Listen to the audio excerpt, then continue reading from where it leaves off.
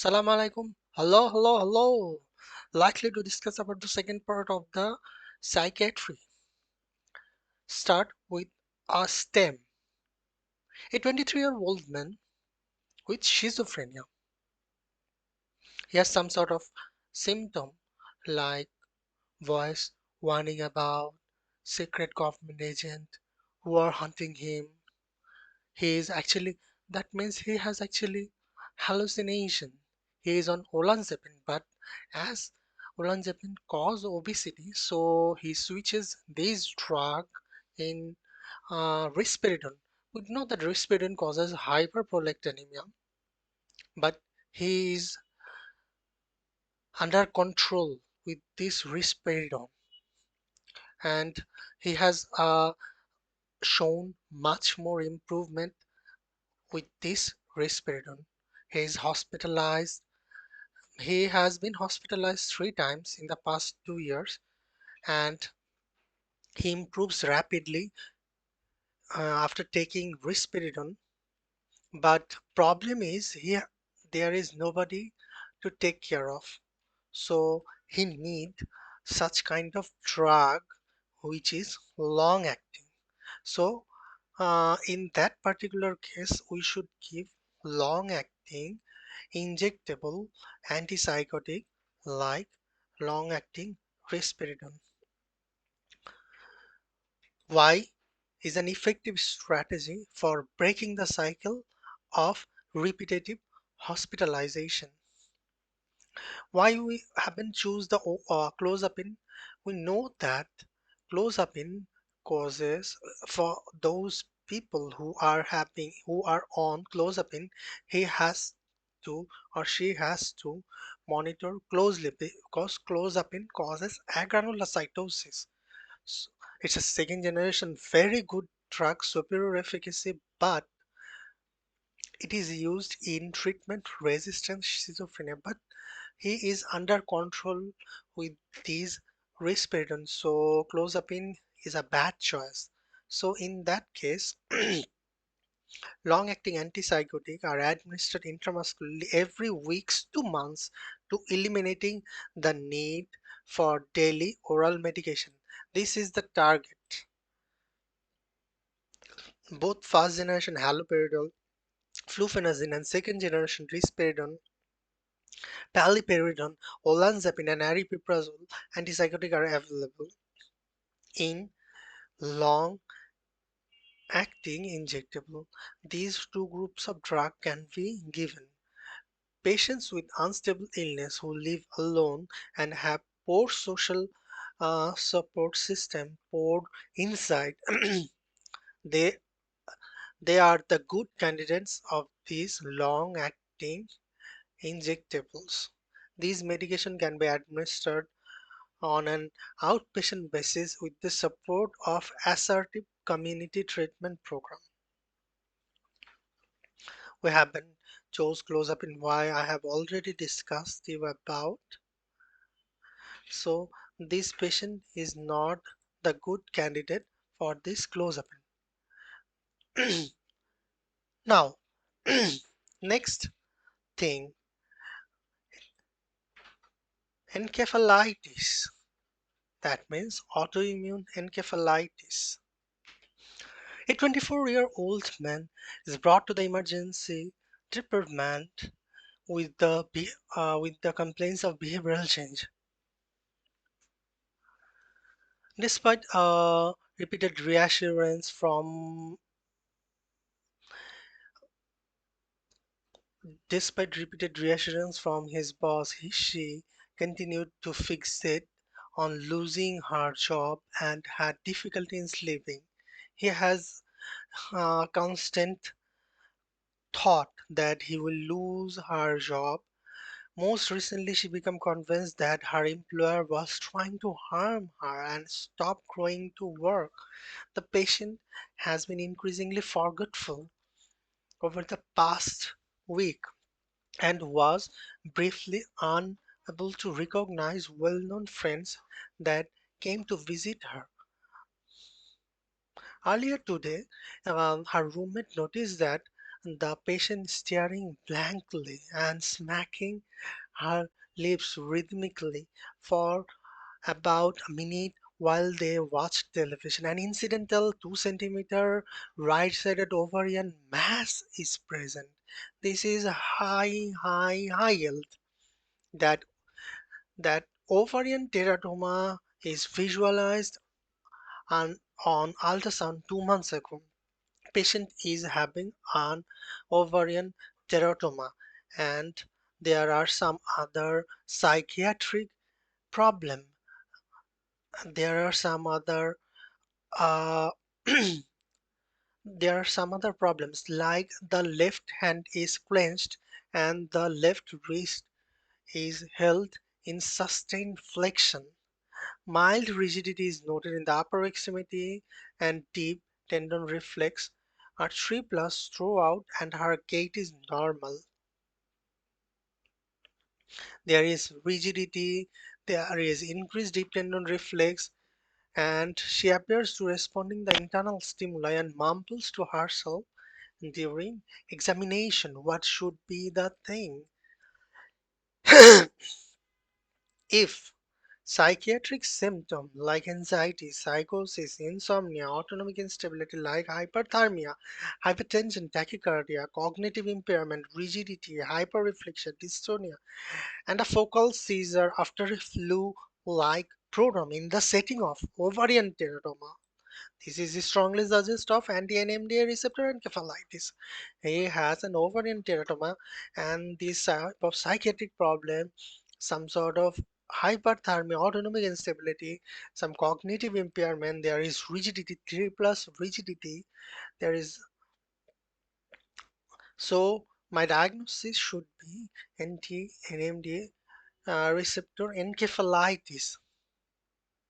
This is a form of autoimmune encephalitis tends to a multi-stage syndrome with characteristic feature. NTNMD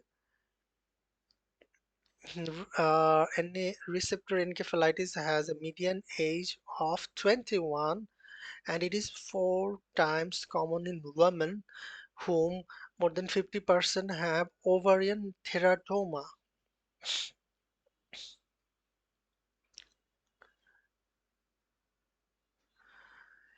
The clinical diagnosis can be confirmed by the presence of CSF antibody in the GLUN1 GLUN1 subunit in the NMDA receptor. So this clinical diagnosis confirmed by CSF study GLUN1 subunit of the NMDA receptor. Because of the association with the tumor, patients with NMDA receptor encephalitis should undergo imaging. If applicable, prompt tumor has been uh, associated with better outcomes. Immunosuppressive treatment is the cornerstone of the therapy.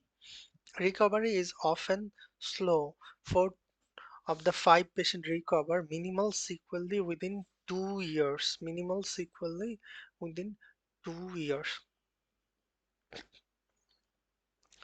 Another differential would be aseptic meningitis, but in aseptic meningitis there may be headache, fever, and photophobia. Like meningitis feature, like there may be neck rigidity.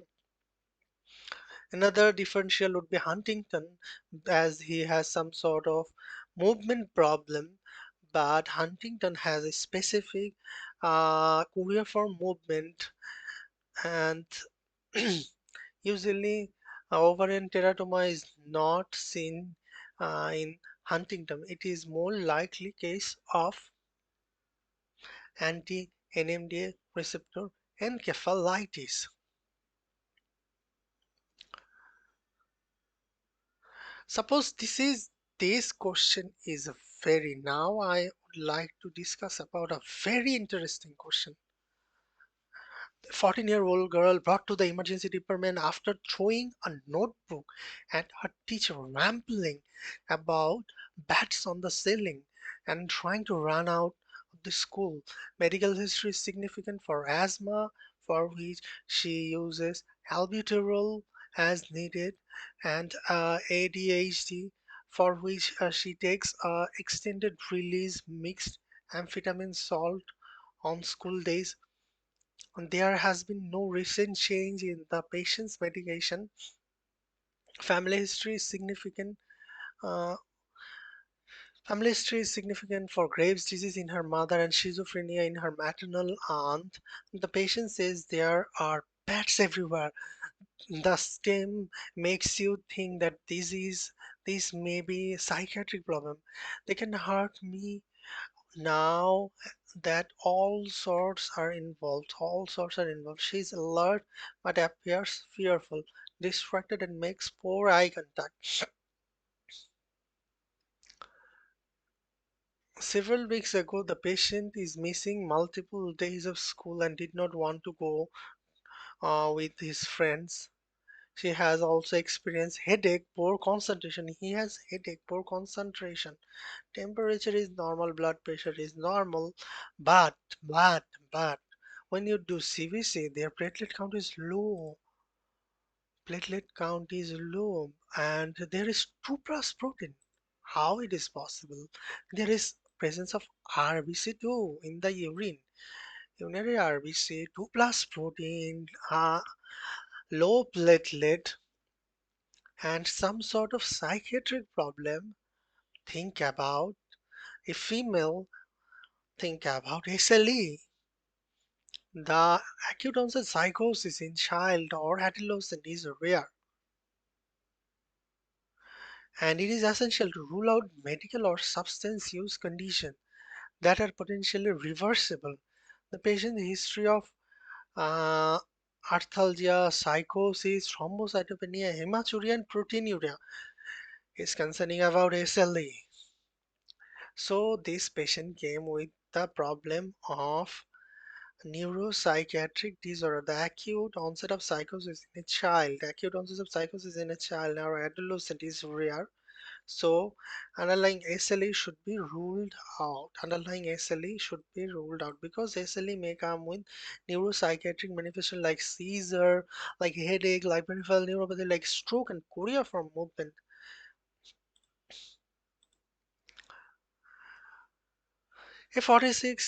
Suppose a 46-year-old man hospitalized is evaluated for confusion, admitted 3 days ago after a motor vehicle collision. He has a tibia and fibula fracture, fixation done. Now the patient he appears diaphoretic and tremulous and is trying to pull out the IV line. He is not cooperative on fundoscopy examination, but pupils are equal and reactive bilaterally. Uh, Breath sounds are normal, abdomen is soft and non-tender. The surgical incision shows no surrounding erythema, as he is showing some sort of restless movement after having a major surgery 3 days ago. Think about he is alcoholic and it may be the delirium tremens. So my thought should be it is delirium tremens.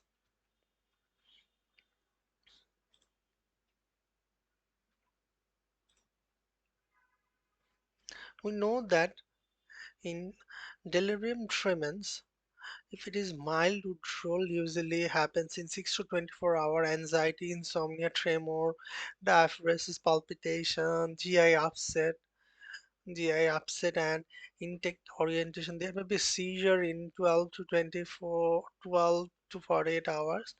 There may be alcoholic hallucination, visual, auditory, and tactile hallucination in 12 to 48 hours.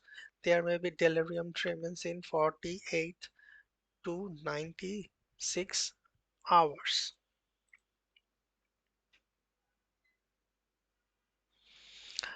If there is, if a 8-year-old baby having some sort of face problem like upper limb is thin and the distance between the medial and lateral canthi of the eye appears short,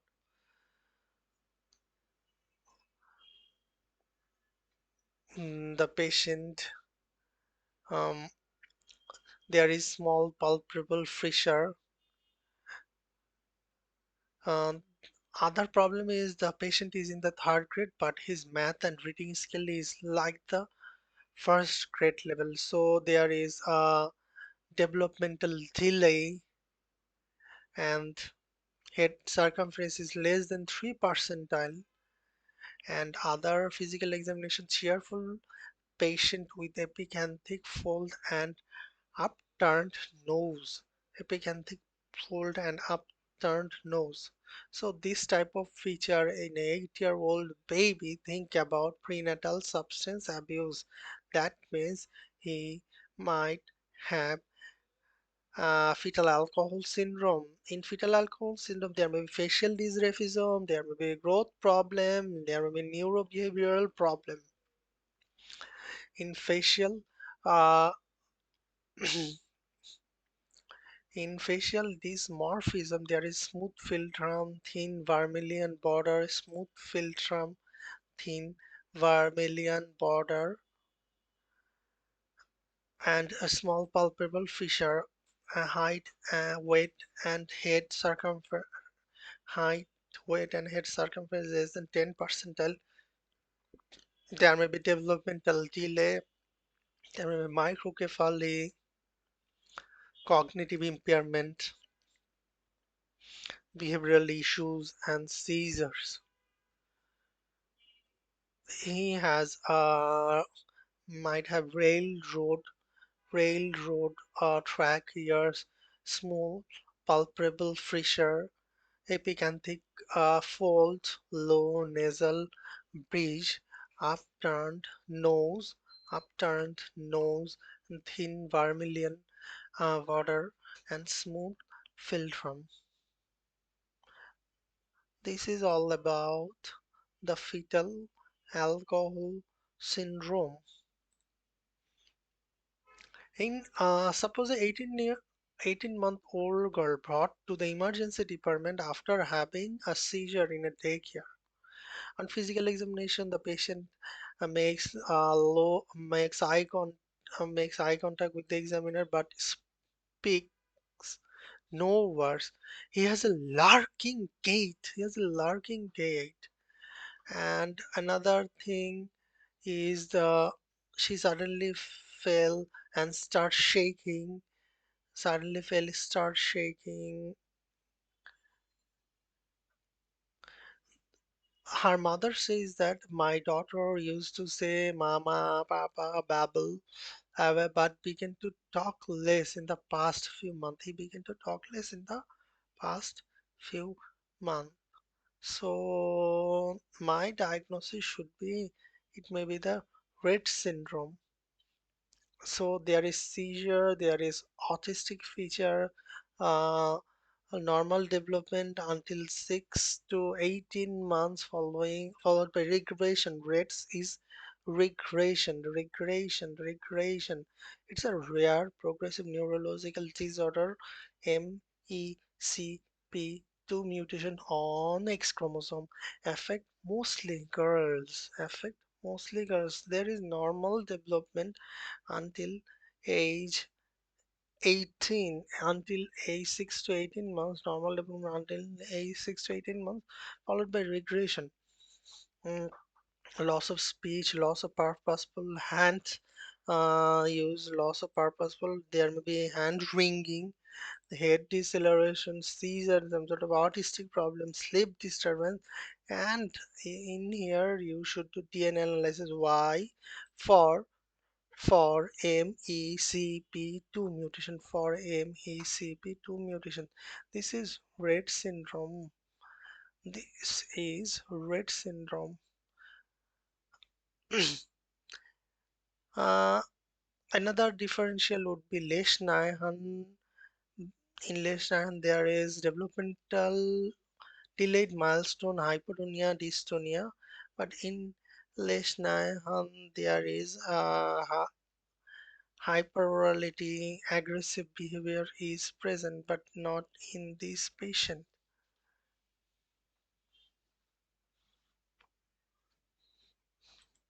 Okay, we know that. taking care of the baby is exhausting and it can be difficult to find out time for oneself.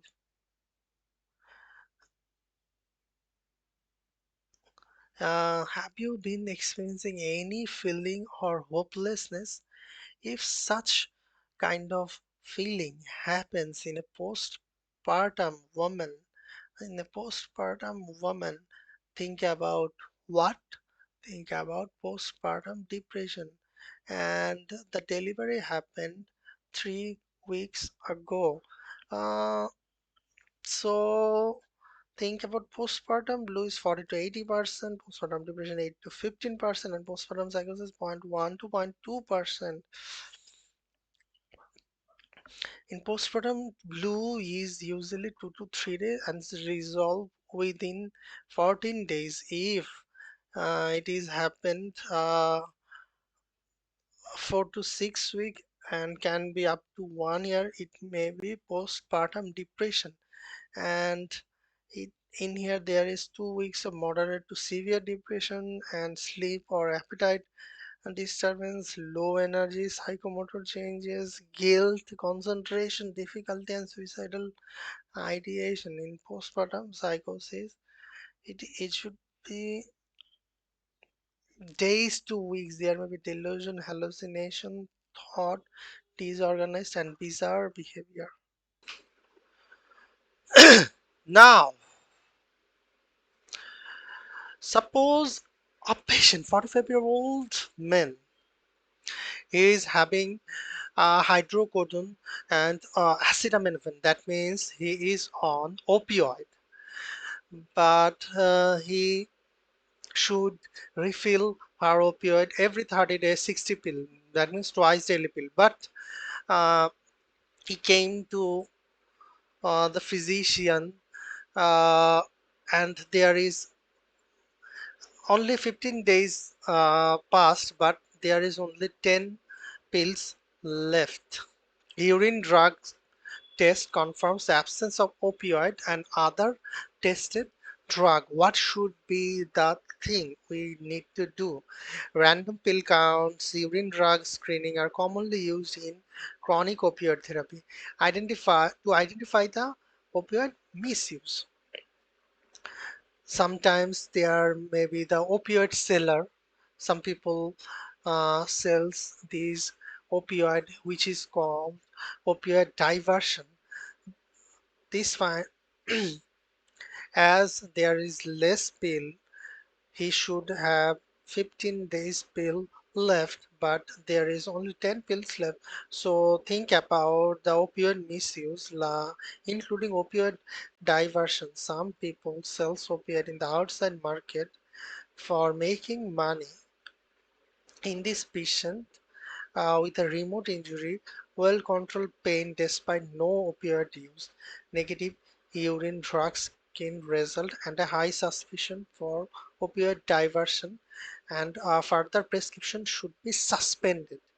As there is, as opioid is a common sort of medication, which common sort of medication which has the propensity of taking by other people in regarding to take as a drug, so we should suspend the prescription. Now I would like to talk about the conduct disorder. In conduct disorder, in you have to um, break the social norm, and in conduct disorder you have to do something, break the social norm, usually uh, social norm and rights of other over the previous 12 months.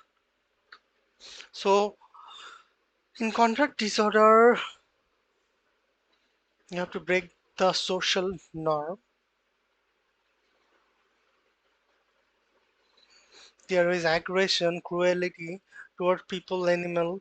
There is maybe destruction of the property, and cognitive behavior therapy and family therapy is a must know. Like this 17-year-old son comes to office for evaluation of the behavior. She reports that he is failing most of his classes despite being smart. Sh- she is worried that he will not graduate from the school. He has skipped uh, school regularly. The patient says that the teachers are not that smart and he refuses to do homework because he thinks that it's a waste of time. He uses alcohol, marijuana, but is unwilling to say how often he tried cocaine. The patient sits and exaggerated slump and appears annoyed about being brought to the appointment. He argues with his mother and throughout the evaluation. And his response to the physician are short and sarcastic. So my diagnosis should be conduct disorder. Why it is not? Intermittent explosive disorder. In there may be aggression is there.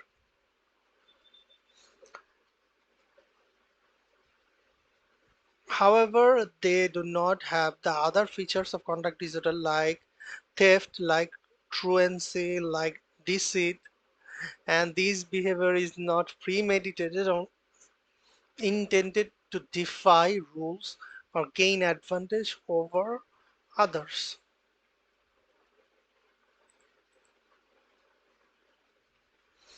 Now, the generalized anxiety disorder, these type of these is very tough to figure it out. Generalized anxiety disorder because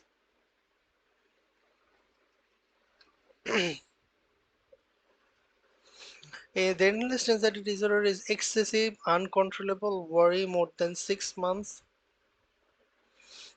Excessive, uncontrollable worry, like this 45-year-old woman for evaluation of the muscle tightness.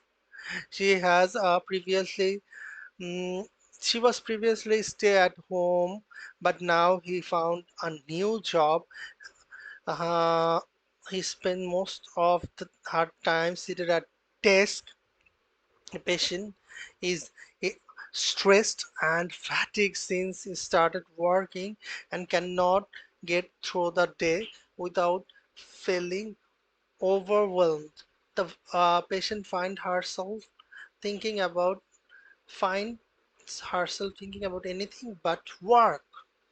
When she gets home in the evening, she prefers to spend time alone because she tends to get easily irritated by her family. So, excessive, uncontrollable worry more than 6 months, and three of the following symptoms like three or more restless feeling on the edge, fatigue, difficulty concentration, irritability, sleep disturbance. And in here, the treatment is a CBT, cognitive behavioral therapy, SSRI or SNRI. SNRI can be given SSRI, SNRI, and buspirone. Buspirone. Like a 22-year next case, a 22-year-old man is brought to the emergency department. Why? Why? The the patient suddenly become enraged and start packing back and forth start back pacing back and forth and shouted at the hostess that she was stupid and incompetent and threw a nearby chair against the wall and causing a damage to the wall and injures his own hand. He is remorseful about his behavior and his girlfriend says he can be moody, frequently gets defensive and loses his temper with the slightest provocation. Actually loses his temper in slightest provocation. This is intermittent explosive disorder.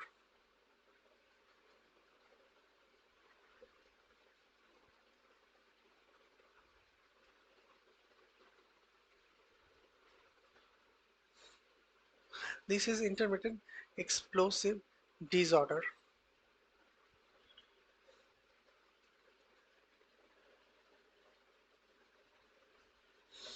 So this patient with impulsive aggressive behavior is suggestive of intermittent explosive disorder and impulse control disorder. Patients with intermittent explosive disorder unable to restrain their aggressiveness impulses resulting in verbal and physical aggression, and that is out of proportion to the provocation, that is out of proportion to the provocation. The violent impulsive outburst is typically preceded by rising tension that escalates rapidly to a state of rage without thought to the consequence of the behavior. Episodes that last less than 30 minutes and may provide an immediate sense of relief, usually followed by a remorse, dysphoria, and embarrassment. Intermittent explosive disorder tends to be chronic and is associated with high risk of psychiatric comorbidity. It should not be diagnosed if the impulsive, aggressive behavior occurs exclusively in the context of another active psychiatric disorder. Treatment consists of CBT and SSRI.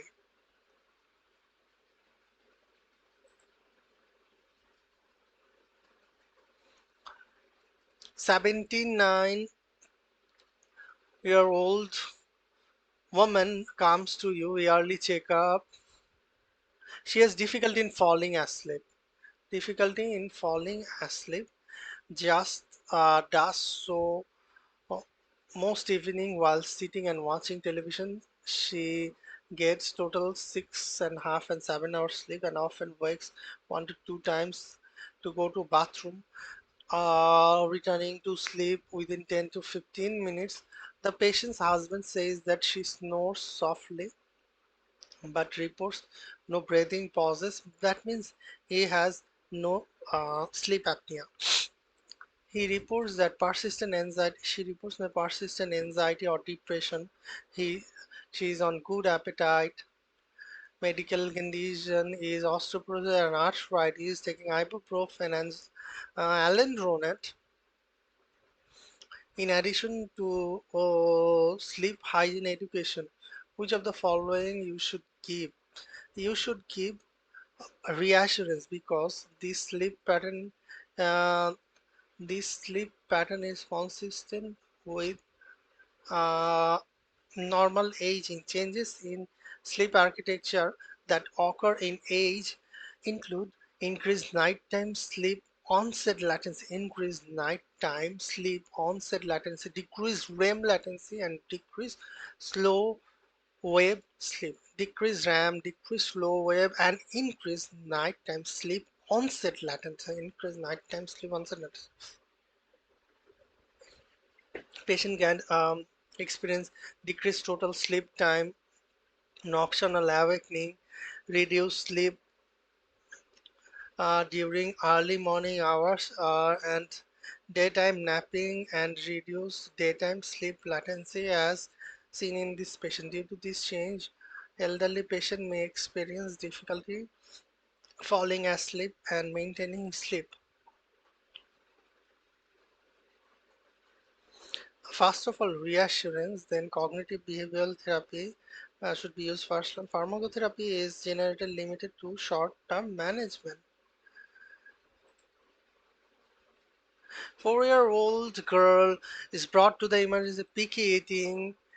Her mother says that she insists on eating the same thing in the dinner. He likes to eat the same thing in the dinner. She switched to pasta and cheese. She starts crying. I suggest trying something different. The patient eats the yogurt for breakfast and take peanut and sandwich and apple veggies preschool. For lunch, she refuses to eat uh, unless the sandwich is cut into triangles and the apple skin is peeled. So he loves to eat in a particular specific manner. The patient can draw a square, catch a bell, everything is all right.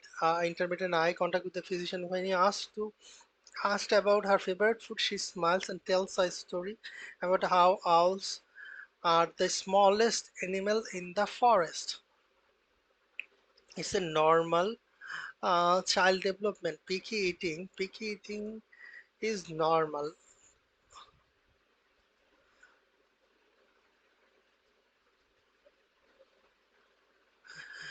Picky eating is normal. Young children can have certain preferences for individual foods and smell of foods, and together these together a growing sense of autonomy may result in picky eating, which can manifest as a preference for a particular food or an aversion and trying to new food. If picky eating is accompanied by rigid behavior, weight loss, developmental delay, thus further evaluation should be done. So it's a normal behavior. 5-year old talking with somebody, he has an imaginable friend. It's a normal age appropriate development.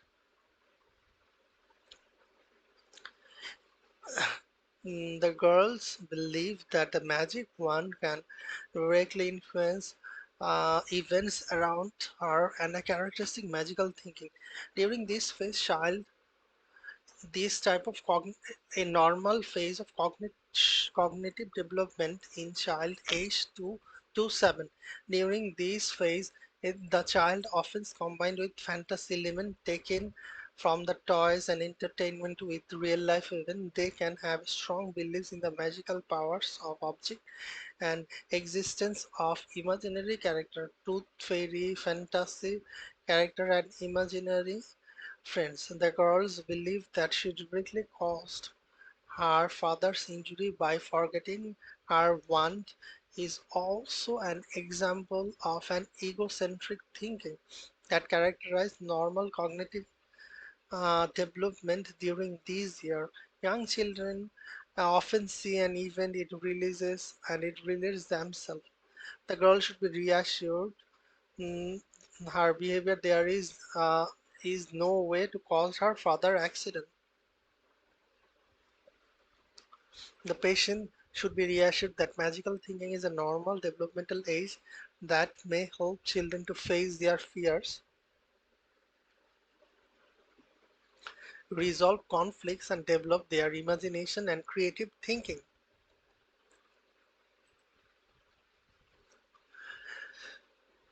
25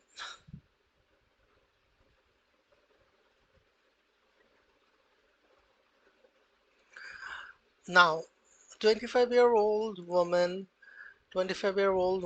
brought to the emergency department by her mother due to suicidal ideation.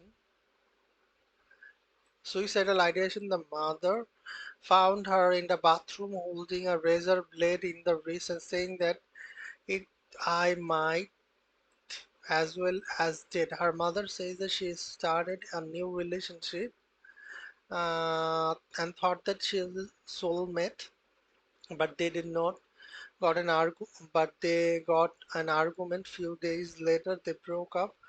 All of her relationships start and end like that. The patient says in the middle of this she has period of sadness lasting 1 to 2 days and a bottomless black hole. He has a history of 3 suicide attempts. He has he had no significant improvement with trials of acetylopram and venlafaxine. Currently takes no medication. The patient anxious and tearful physical examination is otherwise normal. This is some sort of borderline personality disorder. Primary treatment is psychotherapy. In borderline personality disorder, primary treatment is actually psychotherapy.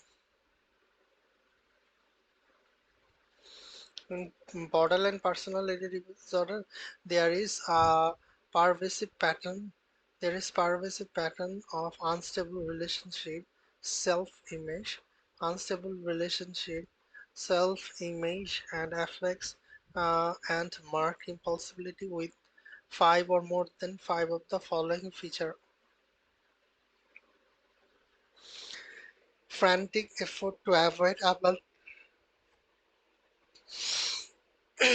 frantic effort to avoid abandonment, unstable and intense interpersonal relationships, markedly and persistently unstable self-image, impulsivity in two or more than two areas that are potentially self-damaging, recurrent suicidal behavior or thoughts of self-mutilation, mood instability, chronic feeling or emptiness, inappropriate and intense anger, and transient stress-related paranoia or dissociation. Dissociation.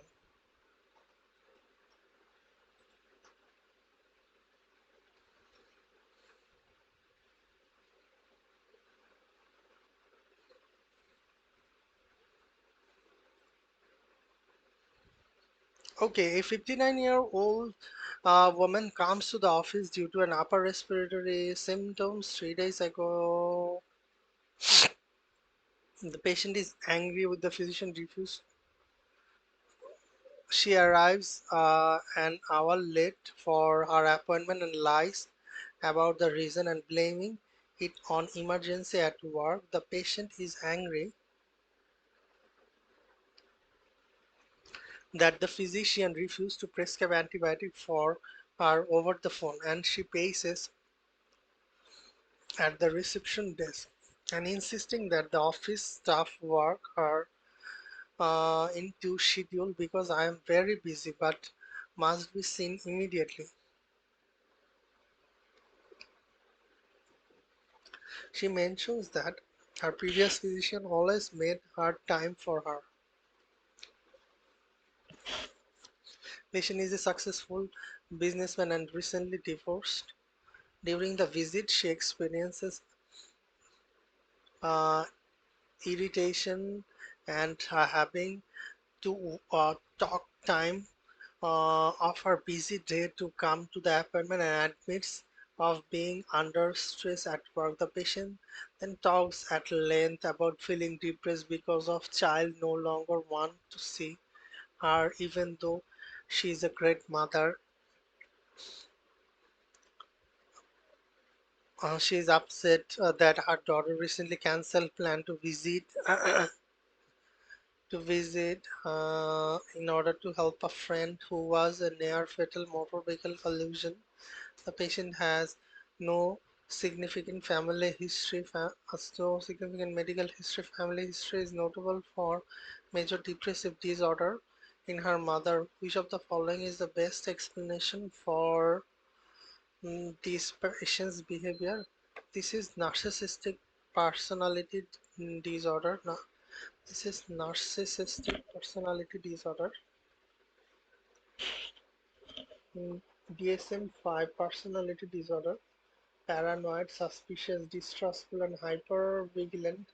Schizoid prefer to be a loner, detached, and unemotional, and schizotypal. Unusual thought, perceptions, and behavior. Cluster B is antisocial,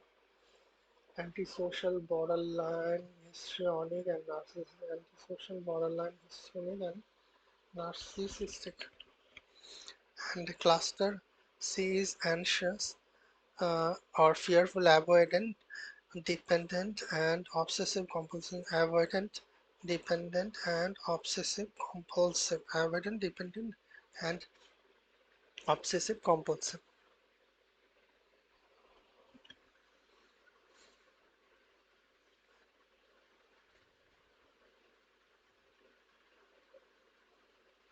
A 77-year-old man, he has some sort of memory problem. He is a retired accountant who lives alone and has been managing her finance and housework until a month ago. He says that I have had to ask my daughter to shop for me and help around the house. I kept forgetting to turn off the stove and could have easily burned down of the house. The patient has been more tired than the usual and sleeps through his favorite television shows. He previously maintained a rose garden but now feels it is not worth the effort.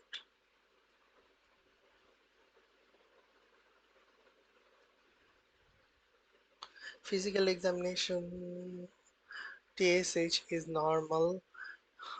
He has minimal deficit. Montreal cognitive assessment is 21 by 30.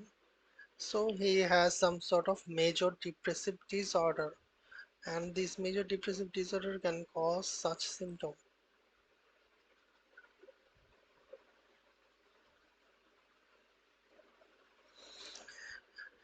Paranoid personality disorder, it's a pervasive pattern of distrust and suspiciousness beginning in the early adulthood. Like a 48-year-old woman comes to the office with her sister for a preventive visit. I got diagnosed stage was breast cancer a year ago and want to make sure that my sister is okay. Doc, it's a lot of convincing, but she finally agreed to come in for a checkup. The patient saw the physician 10 years ago and says doctors always try to find something wrong so that they can bill. The patient does not use tobacco, alcohol, illicit drug. She lives alone.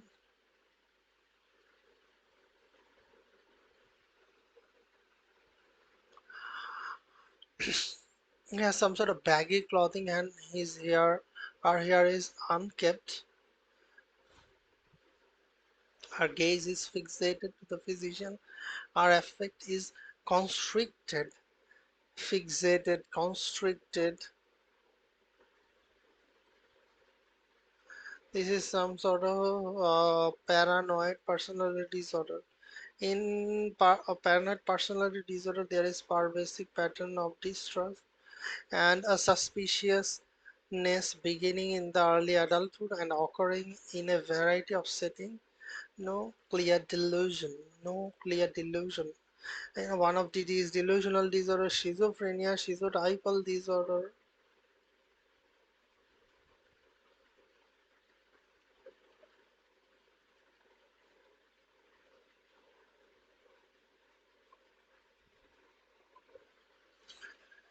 And the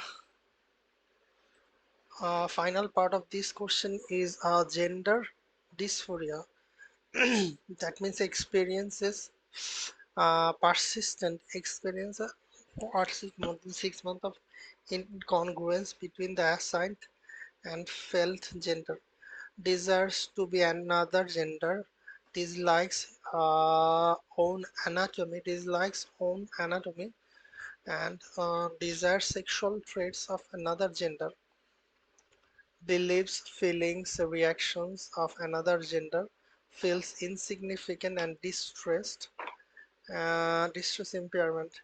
Initial management is tailored to the individual needs, assessment of safety and support is psychotherapy and individual family therapy. Like this 21-year-old woman comes to the office for a maintenance evaluation, routine maintenance evaluation. The patient shares that looking in the mirror has been increasingly difficult due to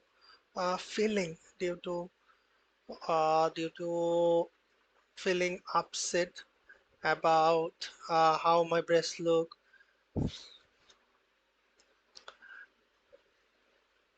The, I don't want to see me as a woman, and because I never felt like. The patient appears somewhat anxious and wearing trousers and loose t-shirt. This is gender dysphoria. This is a part of psychiatry. Hope you enjoyed.